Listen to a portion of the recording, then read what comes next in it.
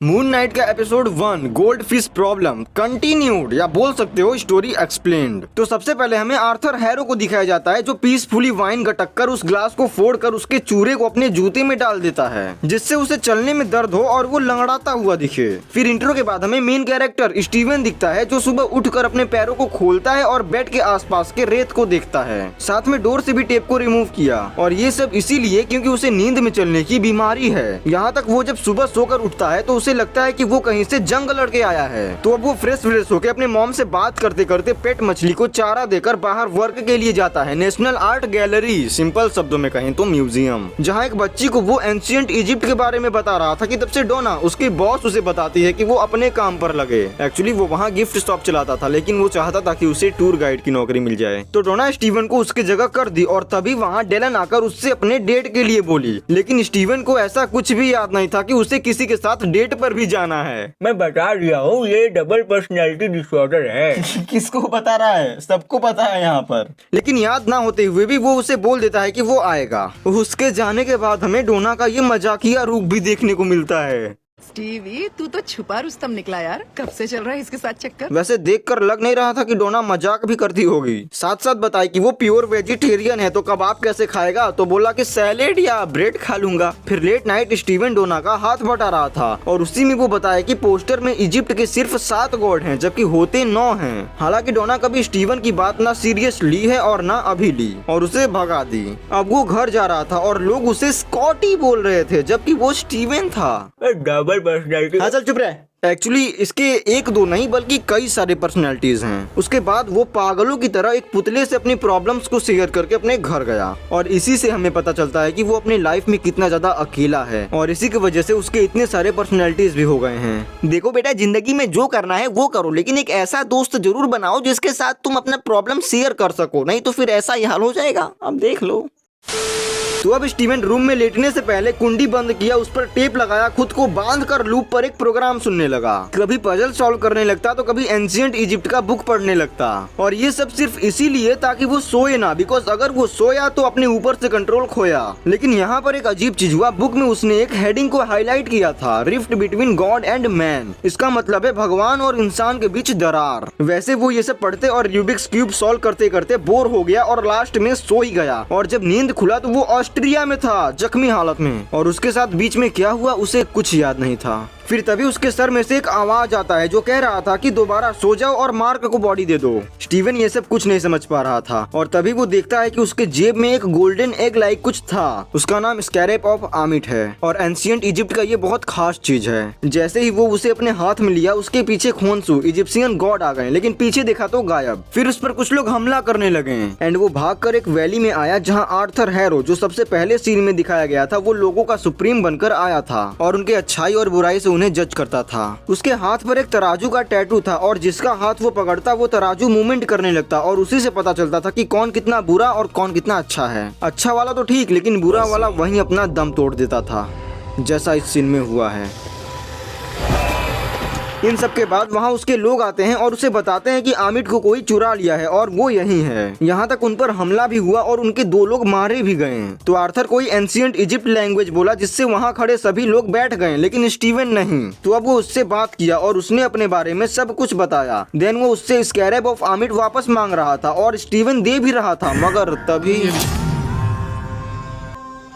मेरी माँ और उसके बाद स्टीवन अपने बॉडी पर से मानो कंट्रोल ही खो दिया और जब सारे उससे वो छीनने लगे तो अचानक उसकी आंखें बंद हो गईं और जब खुला तो देखा कि जो उसे पकड़े थे वो अभी लेटे थे। उसके बाद अब आर्थर वहाँ के लोगों को बोलकर उस पर छोड़ दिया और वो अब एक आइसक्रीम वैन से वहाँ से भागा, लेकिन वो सब भी उसका पीछा किए और जब उसमें से एक उसके वैन में घुस गया और एक साइड से गोली मारने वाला था तभी उसका आंख फिर से बंद हुआ और जब खुला तो वो लोग नहीं थे और जो वैन में थे वो ये देखो। कुछ करो मार्क।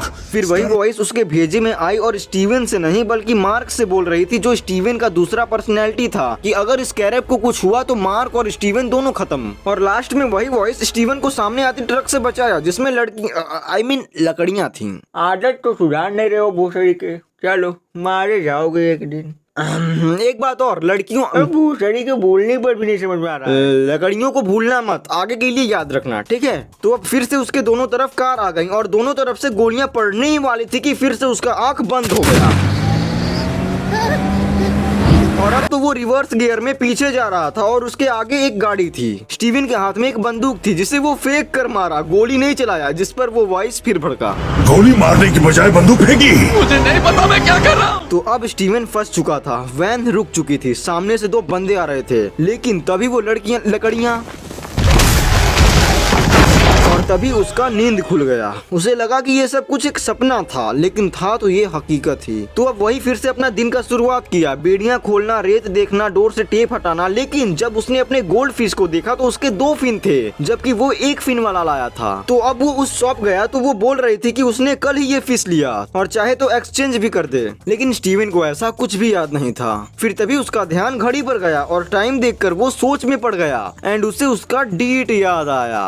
देन वो तैयार होकर रेस्टोरेंट आया और उसका वेट करने लगा। कुछ देर वेट करने के बाद कॉल करके पूछा तो फिर पता चला कि आज संडे है और उसका डेट फ्राइडे को ही था। ये सुनकर उसका और भी दिमाग खराब होने लगा, प्लस साथ में वो रिश्ता भी जो कभी बना ही नहीं था। खाने के बाद रास्ते में वो अपने मॉम से डेलन का झूठा तारीफ कर रहा था और उसके लिए जो फूल और चॉकलेट लिया था तो वो फूल फेंक कर अपने घर गया और वो चॉकलेट खा ही रहा था कि अचानक उसको उसके घर में कुछ गड़बड़ लगा। थोड़ा देखने पर उसे एक चाबी और सेलफोन मिला जिसमें 2 कॉन्टेक्ट था, लायला और डुकैम। और तभी उसे लायला का कॉल आ गया और कह रही थी कि इसे वो कई महीनों से कांटेक्ट करने की कोशिश कर रही थी, लेकिन फिर वही बात, स्टीवन तो इसे जानता तक नहीं है, लेकिन वो इसे मार्क के नाम से बुला रही थी। बट तभी कॉल कट हो गया और एक दूसरा आवाज उसके सर में से बोलने लगा। उसे लगा कोई घर में घुस आया है, लेकिन तभी लाइट ऑफ ऑन होने लगा और वो वहाँ से निकलकर लिफ्ट में जा भागा। बट सामने से इजिप्शियन गॉड खोंसू आ रहा था जिसे देखकर वो बिल्कुल डरा था। बट जब वो पास आया तो पता चला कि वो तो उसकी नेबर आंटी हैं। उसके बाद जब वो गई तो उसे फिर से खोंसू दिखा और जब उसका नींद खुला तो वो एक बस में सफर कर रहा था, लेकिन रास्ते में भी उसे वो दिखा। बस से उतरते वक्त उसने देखा कि आर्थर उसका पीछा कर रहा है, तो वो म्यूजियम जाकर गार्ड से उसे रोकने के लिए बोला, मगर उससे बात नहीं बना और वो उससे टकरा ही गया। यहाँ तक उसके साथ वहाँ के गार्ड्स भी थे। आर्थर उससे वो आमिट मांगा और बोला उसके मदद से वो दुनिया को बचाएगा। ऑफ कोर्स ये झूठ बोल रहा था ना। अब पूछ रहे हो कि बता रहे हो बे? मैं कंफर्म नहीं हूँ, मैं तो। उसके बाद वो स्टीवन का हाथ अपने हाथ में ले लिया और वही अच्छाई बुराई देखने लगा, मीन्स जज करने लगा। लेकिन उससे पहले उसने स्टीवन के अंदर के आवाज के बारे में बोला।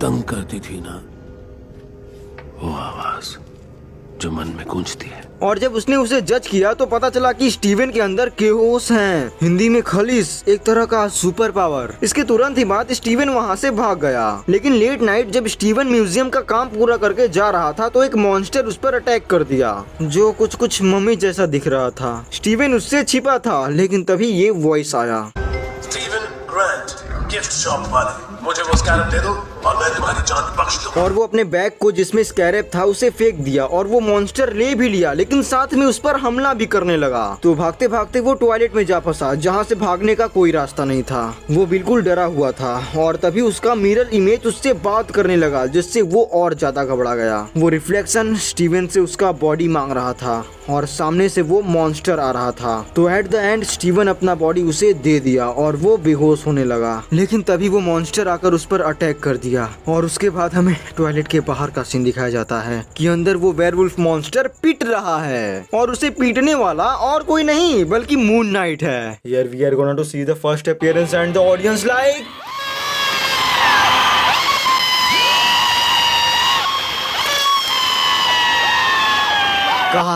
काश ये थिएटर में रिलीज होता, बट यार अब इतना सारा एपिसोड कैसे देखेंगे। सही है। स्टीवन अब मून नाइट बन चुका था। हालांकि ये सीन मुझे सबसे बेस्ट सीन लगा, बट यहाँ पर जब मून नाइट उसे मार रहा था तो बिल्कुल अजीब तरह से मार रहा था। अपने हाथ के साथ साथ मुंडी को भी घुमा रहा था। ऐसा लग रहा था कि वो मारने का एक्टिंग कर रहा हो। आई नो, बट यार MCU है, बिल्कुल रियल लगना चाहिए। लेकिन ये भी हो सकता है कि ये जो मूव है इसे किसी कारणवश जानबूझ के रखा गया हो। May be not. तो अब मून नाइट का फुल अपीयरेंस हुआ और यहीं पर एपिसोड 1 का डी एंड। अब आगे की स्टोरी एपिसोड 2 में आएगा जो कि वेडनेसडे को आएगा, तो रेडी रहना, उस पर भी वीडियो आएगा। तो चैनल को अभी सब्सक्राइब करो और वीडियो अच्छा लगा तो लाइक करो। ओके। ओके, तो अब ये वीडियो यहीं पर खत्म होता है। बाय।